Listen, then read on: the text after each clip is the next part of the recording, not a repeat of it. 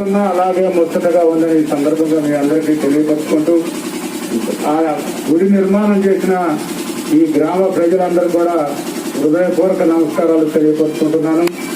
అదేవిధంగా దివంగత నేత మన ప్రియతమ నాయకులు రాజశేఖర రెడ్డి గారి విగ్రహాన్ని బ్రహ్మాండంగా మరి ఆవిష్కరించుకున్నటువంటి వారందరూ కూడా పేరు పేరున హృదయపూర్వక నమస్కారాలు తెలియపరుచుకుంటున్నాను. ఈ రోజు మన ఊరు రావటం ముఖ్య ఉద్దేశం మన వైఎస్ఆర్ పార్టీ అధినేత ప్రియతమ నాయకులు జగన్మోహన్ రెడ్డి గారి పాదయాత్ర పూర్తి చేసుకొని 3 సంవత్సరాలైన సందర్భంగా ఆ పాదయాత్ర కూడా ఇడుపులపాయ నుంచి ఇచ్చాపురం వరకు పాదయాత్ర చేసి అదొక ప్రజా సంకల్ప యాత్రగా పేరొందినటువంటి ఆ పాదయాత్ర అంటే ఆయన ప్రతి ఒక్కరిని అడిగి పాలన ఎలా ఉంది, ప్రజల అవసరాలు ఎలా ఉన్నాయి, ప్రజలకు మనం రేపు మన ప్రభుత్వం వచ్చే ఏం చేయాలి, పాలన బాగుండాలంటే ప్రజల అవసరాలన్నీ తీర్చాలి, ప్రజల అవసరాలు ఏమన్నాయని తెలుసుకొని మరి అవన్నీ కూడా ప్రజల కష్టాలని, రైతుల కష్టాలని అన్నిటినీ మనసులో మరి పెట్టుకొని పూర్తి స్థాయిలో మేనిఫెస్టోలో పెట్టి అవన్నీ కూడా అమలుపరిచినటువంటి మహనీయుడు మనం గౌరవ ముఖ్యమంత్రి గారు. ఆయనకి అన్ని విధాలా మనం పూర్తి స్థాయిలో మనస్ఫూర్తిగా చప్పట్లతో ధన్యవాదాలు తెలియపరచాలని అందరికీ. వైఎస్ఆర్ సంక్షేమ పథకాలలో లబ్ధి పొందినటువంటి వివరాలు అంటే గతంలో తెలుగుదేశం ప్రభుత్వం రేపొద్దున వస్తారు మళ్ళీ వాళ్ళ నాయకులందరూ ఎమ్మెల్యేలు, ఎంపీలు, మంత్రులు, వాళ్ళ గ్రామ నుంచి వచ్చినటువంటి జన్మభూమి కమిటీ సభ్యులు కానీ ఆచరణలో పెట్టింది ఒక్కటి కూడా ఉండే పని లేదు. ఈనాటి ముఖ్యమంత్రి గారు 18 నిమిషాలు మాట్లాడితే 18 నిమిషాలు ఏమైతే చెప్పాడో అవన్నీ కూడా చూసా తప్పకుండా అమలుపరచడం ఈనాటి ముఖ్యమంత్రి గౌరవ జగన్మోహన్ రెడ్డి గారి పాలన అలా ఉంటుందని ఈ సందర్భంగా మీకు తెలియపరుస్తున్నాను.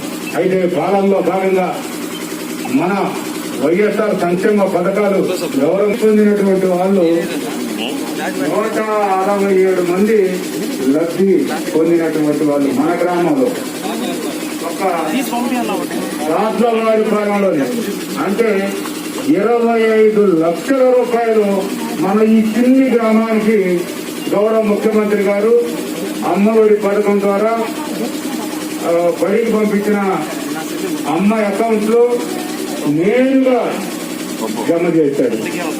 ఇది మా వద్ద మాటలు ఊరికి మైసూరు కూర్చొని చెప్పి కాదుగా, అందరూ ఇక్కడ వచ్చిన రానోళ్ళు ఎవరైనా చెప్పొద్దు. వైఎస్ఆర్ ఆసరా కింద 165 మంది లబ్ధి పొందారు. దాదాపుగా 3,16,000 దాదాపుగా 90 మందికి లబ్ధి చేకూరింది.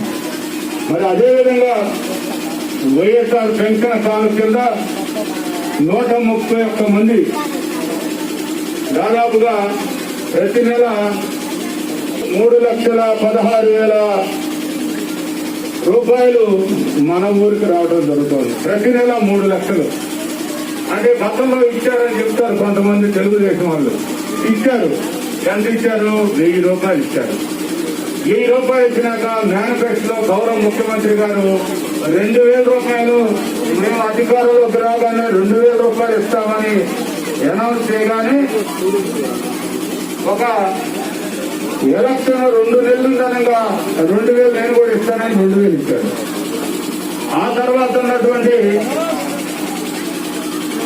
గౌరవ ముఖ్యమంత్రి గారు మళ్ళా ఏం చెప్పారంటే ఆయన ఇవ్వటం మంచిదే, 1 నెల ఇచ్చి చేతులు చూసుకున్నాడు, కానీ నేను 2,250 దగ్గర నుంచి 3,000 దాకా ఇస్తానని చెప్పాడు. ఇవాళ 2,250 నుంచి 2,500కి జరుగుతూ ఉంది. మొత్తం 3,000 దాకా మన 5 సంవత్సరాల కాలంలో 3,000 రూపాయలు ప్రతి ఒక్క అవ్వాతాతకు అందించడం, అవ్వాతాతలకు కూడా వాలంటీర్స్ ద్వారా ఏడో చెట్టు కింద కూర్చొని అవసరం లేదు, డైరెక్ట్ గా ఇంటికి పంపించడం జరుగుతుందని ఈ సందర్భంగా మీ అందరికీ సౌనీయంగా మనవి చేస్తున్నాను. చేయూత కింద 9 మంది లబ్ధిదారులు ఉన్నారు. 1,86,000 రూపాయలు అందించడం జరిగింది. జగనన్న విద్యా దీవెన, వసతి దీవెన కింద ఈ చిన్న ఊరికే 4 లక్షల రూపాయలు ఇవ్వడం జరిగింది. ఏదో వరగా చెప్తున్నది కాదు, ఇది సామాన్యమైన విషయం కూడా కాదు, అది అందరికీ సాధ్యపడేది కూడా కాదు. ఆ ఒక్క గౌరవనీయులు మన ముఖ్యమంత్రికే సాధ్యపడిందని ఆ మాట నేను ఆనాడు చెప్పాను. ఈనాడు అమలుపరచాలన్న దాంతోనే ఆయన ఎంత స్థాయికైనా నేను వెళ్ళి నేనన్న మాట నిలబెట్టుకోవాలి అని చెప్పడం జరుగుతుంది. చాలా మంది చెప్పారు లోటు బడ్జెట్ ఉంది, మరి ముఖ్యమంత్రి గారికి చాలా కష్టం ఈ పథకాలన్నీ అమలుపరచాలంటే. ఎంత లోటు బడ్జెట్నైనా సమర్థవంతంగా పూర్తి స్థాయిలో ఎదుర్కొని సమర్థవంతంగా ఆ పథకాలన్నీ అమలుపరుస్తున్నటువంటి గౌరవనీయ ముఖ్యమంత్రి గారికి మనం అందరం కూడా ధన్యవాదాలు తెలియపరచాలి. రైతులందరూ బాగా సమస్యల్లో ఉన్నారు. ఆ సమస్యల్లో బ్యాంకర్స్ ఒక అతను వచ్చి ఆస్తులు జప్తు చేస్తామని చెప్తా ఉన్నప్పుడు రాజశేఖర రెడ్డి గారు చెప్పారు, ఏమయ్యా ప్రజలు ఇబ్బంది పెట్టకండి, రైతన్నులు అందరూ కూడా కష్టపడి పండించాలంటే పండించిన పంటలు కొన్ని జిల్లాల్లో పూర్తి స్థాయిలో గాలివానలు వచ్చి కొన్ని జిల్లాల్లో వర్షాలు పడక పూర్తి స్థాయిలో రైతన్నులు నష్టపోయారు. ఆ రైతన్నులు బ్యాంకు లోన్ కట్టాలంటే కట్టలేని పరిస్థితిలో ఉన్నారని చెప్తే, కట్టలేకపోతే నువ్వు కట్టమని ఆనాడు బ్యాంకర్స్ ఆనాటి పాలనలో ఉన్న చంద్రబాబు మాట్లాడాడు. అప్పుడు ఆయన చెప్పాడు, రైతు సోదరులందరికీ మా ప్రభుత్వం వస్తే రైతు సోదరులందరినీ కూడా ఆదుకుంటాను, వాళ్ళ లోన్లు మొత్తం రుణమాఫీ చేస్తాను, రైతులందరినీ రుణగ్రస్తు నుంచి విముక్తి చేస్తానని ఆనాడు ఆయన మాటిచ్చాడు. అందరూ మాటిచ్చాడంటే నిజంగానే తీరుద్దామని అనుకున్న టైంలో ఆయన అధికారంలోకి రావటం, పూర్తి స్థాయిలో రుణమాఫీ జరగటం మనం అందరం చూశాం. అదేవిధంగా ఆయన మాట అంటే అలా ఉంటుంది, ఆయన కమిట్మెంట్ అంటే అలా ఉంటుంది, ఆయన ఉద్యతు ప్రతి రైతు సోదరుడికి మా ప్రభుత్వం వస్తే ఉచితంగానే కరెంట్ ఇస్తాను అని రైతు సోదరులకు చెప్పాడు. అవి 2 ప్రధానమైనటువంటి అంశాలు ఆ మానవాడు. మూడోది ఆరోగ్యశ్రీ, ప్రధానమైనటువంటి అంశం. పెద్ద కార్పొరేట్ హాస్పిటల్లో కూడా ఆ పూటకి స్థితి లేనటువంటి పేదవాడు కూడా ఆ కార్పొరేట్ హాస్పిటల్లో వైద్యం చేసుకునే అవకాశం కల్పించినటువంటి మహానుభావుడు రాజశేఖర రెడ్డి గారు. ఇవన్నీ కాదన్నా అవునన్నా వాస్తవాలు. అదేవిధంగా పేదవాళ్ళ బిడ్డలు ఇంజనీర్లు డాక్టర్లు కావాలంటే ఎక్కడికి వస్తాడని ఆ కుటుంబాలు, ఆ పేద కుటుంబాలు ఎక్కడి నుంచి ఇంజనీర్లు అవుతారు, డాక్టర్లు అవుతారు. లక్షల ఫీజు బరాయించలేక వాళ్ళ బిడ్డలు ఎప్పుడులాగానే ఉండిపోతా ఉన్నాడు. అది గమనించిన ఆ పెద్ద ఆ దివంగత మన ప్రీతమ నాయకుడు రాజశేఖర రెడ్డి గారు ప్రతి పేదవాడి బిడ్డ కూడా ఇంజనీరింగ్ డాక్టర్ చదువుకోవాలంటే వాళ్ళందరికీ ఫీజు రీఎంబర్స్మెంట్, ఫీజు లేకుండా ఉచిత విద్యతో అందిస్తాను, ఉచిత ఎడ్యుకేషన్ ఇస్తాను అని చెప్పి అది కూడా అమలుపరిచారు. ఇది ఆయన. ఆ తర్వాత వచ్చిన 2014లో రాజశేఖర రెడ్డి గారు చెప్పిన విధంగానే ఈయన చంద్రబాబు గారు చెప్పారు. ఆనాడు చేసిన ముఖ్యమంత్రి రాజశేఖర రెడ్డి గారు రుణమాఫీ చేసిన విధంగా నేను కూడా రుణమాఫీ చేస్తాను అని చెప్పాడు.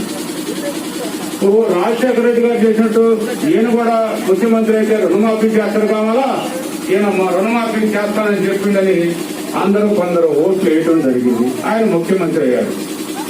ఆయన రుణమాఫీ చేయాలంటే ఆయన మొత్తం 87,000 కోట్ల రూపాయలు రుణమాఫీ చేయాల్సి ఉండగా 17,000 కోట్లు ఇచ్చాడు 5 సంవత్సరాలకి. ఇంకా 70,000 కోట్లు మీరు బాగలేదు, మీరు పడినన్నారు. ఈ రైతులని ఇంకా కడతలు కావాలని రూపాయలు 3 రూపాయలు అయింది వడ్డీ. 3,000 3 లక్షలు అయింది. 3 లక్షలతో 9 లక్షలు అయింది. 9 లక్షలతో 18 లక్షలు అయింది. రైతు గోలపడ్డాడు. ఆ చంద్రబాబు నాయుడు మాట్లాడితే గోలపడ్డాం. అది రాజశేఖర రెడ్డి గారు ఏమైనా మరి ఎందుకని నువ్వు అలా చెప్పావని రైతులు కొన్ని మీటింగులు అడిగితే ఎట్లా ఏం చేయమంటారంటే మరి ఆనాడు ఆ రాజశేఖర రెడ్డి గారు పూర్తిగా రుణమాఫీ చేసి నువ్వు కూడా చేస్తానన్నావు కదా.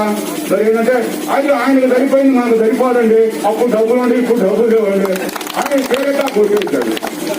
అది ఆయనకి ఈయనకి ఉన్న తేడా. ఆయన ఉచితంగా తెస్తానంటే ఈయన ఉచితంగా ఇస్తానన్నాడు రైతులకి కరెంటు. ఈయన ఉచితంగా కరెంట్ ఇస్తానంటే ఆయన ఏం చెప్పాడు తెలుసా? అబ్బా సరే ఇస్తాలే కరెంటు, ఉచిత కరెంట్ ఇటువంటి మాటల ఆ కరెంటు కేబుల్ మీద బట్టలు ఆరేసుకోవడానికి పనిపోతాయి కానీ కరెంట్ ఇవ్వడానికి పనికిరాదు. ఆయన నవ్వుతాయి కానీ అంటే అవి కొట్టుకొని చూడవా తర్వాత నువ్వు అని అన్నాడు. అవి కొట్టుకొని చూడవా అని బతుకులోనే ముఖ్యమంత్రిగా ప్రమాణ స్వీకారం చేసినప్పుడే ఆయన అలా ఇచ్చాడు. ఇవన్నీ నువ్వు చెబుతున్నట్టు మీకు ఆ రాజశేఖర రెడ్డి గారి కుటుంబం రైతుల కోసమే పుట్టినటువంటి మహానుభావులు వాళ్ళు. మళ్ళీ జగన్మోహన్ రెడ్డి గారు కూడా ఆ విధంగా నడిచి రైతులను ఆదుకుంటున్నాడు, రైతులకి మంచి పాలన అందిస్తున్నాడు. ఆనాడు రాముడు పరిపాలన చేసినప్పుడు మనం చూడలేదు కానీ అక్కడ ప్రజలందరూ కూడా అప్పుడు రాముడు పరిపాలన చేస్తే బ్రహ్మాండంగా పాడి పంటలతో ప్రజలు అందరూ చల్లగా ఉన్నారని అనుకున్నారు. ఇవాళ జగన్మోహన్ రెడ్డి గారి పరిపాలనలో పాడి పంటలతో మంచి వర్షాలతో ఎక్కడ వాగులు వంకలు కొండలు మొత్తం చెరువులు నిండిపోయి బ్రహ్మాండంగా పంటలు పండించుకుంటున్న రైతు సోదరులకి అన్ని వసతులు అందిస్తూ గ్రామ పరిపాలన కేంద్రాలు ఇక్కడే నిర్మాణం చేస్తూ రైతులకి రైతు భరోసా కేంద్రాలు ఇక్కడే ఏర్పాటు చేస్తూ హెల్త్ సెంటర్లు కూడా ఇక్కడే ఏర్పాటు చేస్తూ అన్ని కూడా ఆనాడు మహాత్మా గాంధీ గారు చెప్పిన విధంగా గ్రామ స్వరాజ్యం మన ఈనాడు చేసుకొచ్చినటువంటి మన గౌరవ ముఖ్యమంత్రి గారి సందర్భంగా మీ అందరికీ తెలియపరుచుకుంటూ అందరూ కూడా ఒకసారి చప్పట్లతో గౌరవ ముఖ్యమంత్రి గారికి ధన్యవాదాలు తెలియాలని తెలియపరుస్తున్నారు.